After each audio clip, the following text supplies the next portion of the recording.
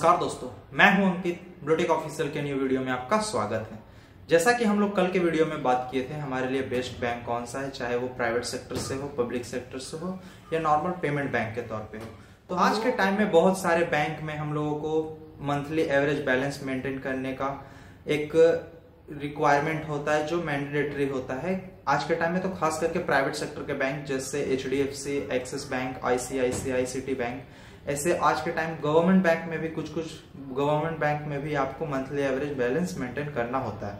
तो उसी के पर्पज से डिटेल में हम लोग बात करेंगे आज के वीडियो में। आपको मैं लाइव डेमो के साथ समझाने का कोशिश करता हूं कि किस तरह से मंथली एवरेज बैलेंस मेंटेन किया जाता है।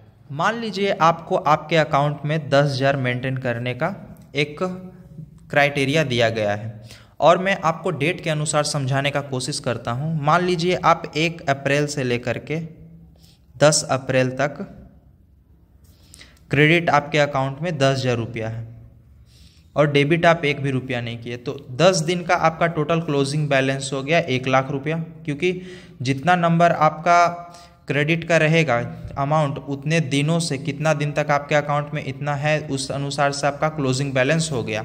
और मान लीजिए 11 अप्रैल को आप इसमें से 5,000 रुपया विड्रॉ कर लेते हैं। तो ये अकाउंट में आप 11 तारीख को विड्रॉ किए, तो ये 20 अप्रैल तक आप इसमें किसी भी तरह का कोई एक्टिविटी नहीं किए, तो आपका तो टोटल एवरेज मंथली बैलेंस इसमें 50,000 हो गया। क्योंकि 5,000 आपके अकाउंट में बचा हुआ था, इसके अनुसार से 10 दिनों का ये 50,000 हो गया। इसके अलावा मान लीजिए फिर 21 तारीख को आप 21 अप्रैल को आप और 30 अप्रैल तक आप इसमें से फिर से 2,000 रुपया विड्रॉ कर लिए, तो इसमें बच गया 3,000 रुपया। 3,000 बचने के बाद ये 10 दिनों तक ये 30,000 रुपया हो गया। तो हम लोगों को क्या पता कि अभी हमारा अकाउंट में कितना बैलेंस मेंटेन किया जा रहा है। अब हम लोग मंथली एवरेज बैलेंस के लिए MAB में इसको शॉर्ट नेम लिख देता हूं। MAB के लिए आपको टोटल एवरीडे क्लोजिंग बैलेंस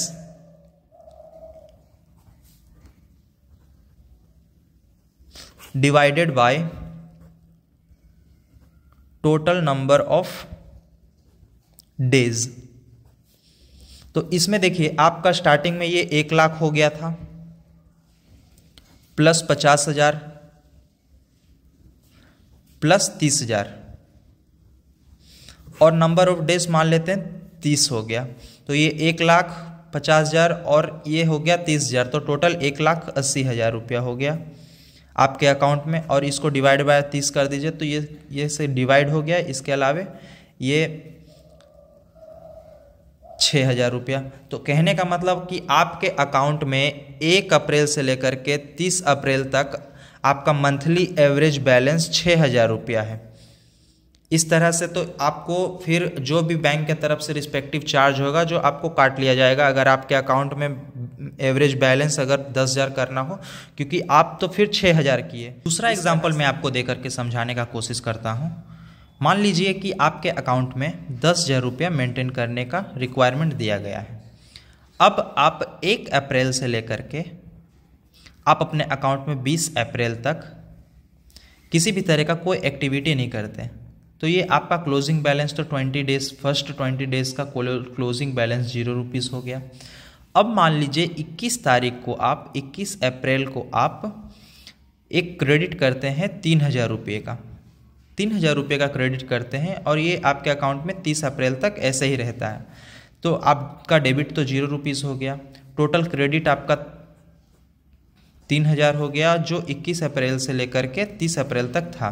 तो 10 दिनों का इसका अगर हम लोग क्लोजिंग बैलेंस निकाले हैं रोजाना 3,000 10 दिनों तक, तो हम लोगों को लगभग 30,000 देखने को मिलेगा। 30,000 देखने को मिलेगा। तो हम लोगों को किस तरह से इसका निकालना है MAB अर्थात मंथली एवरेज बैलेंस। तो हम लोगों को फॉर्मूला हम लोगों को पता है, टोटल एवरीडे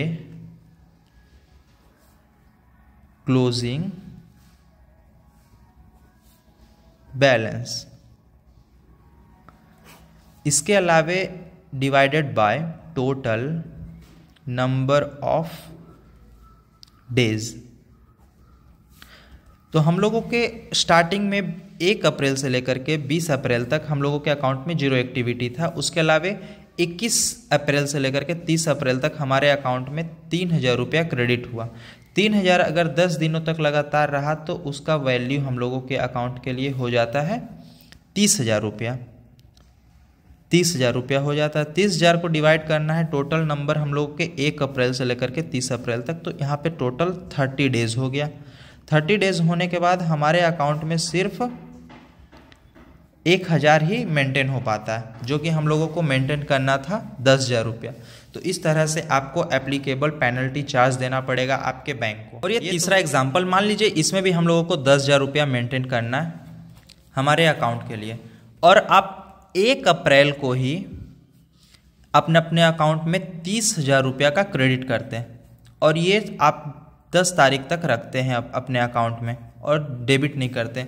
तो यहाँ पे आप 30,000 को अगर 10 से कैलकुलेट करते हैं तो आपका टोटल 3 लाख रुपया हो जाता है, जो आपके अकाउंट में 10 दिनों तक मेंटेन रहा। अब क्या करते हैं, 11 अप्रैल को आप अपने अकाउंट से ये 30,000 रुपया पूरे को ही डेबिट कर लेते हैं। 30,000 को डेबिट कर लेते हैं, और ये आप 30 अप्रैल तक फिर किसी भी तरह का डिपॉजिट या विड्रॉ नहीं करते हैं। तो आपका तो यहाँ पे क्लोजिंग बैलेंस जीरो हो गया, क्योंकि 11 तारीख को ही आप पूरा पैसा निकाल लिए। तो 11 तारीख से 30 तारीख तक आपके अकाउंट में जीरो एक्टिविटी हुआ। अब हम लोग इसका मंथली एवरेज बैलेंस निकालते हैं पहले। तो मंथली एवरेज बैलेंस निकालने का हम लोगों को फॉर्मूला पता है, total of everyday closing balance, और इसको डिवाइडेड बाय टोटल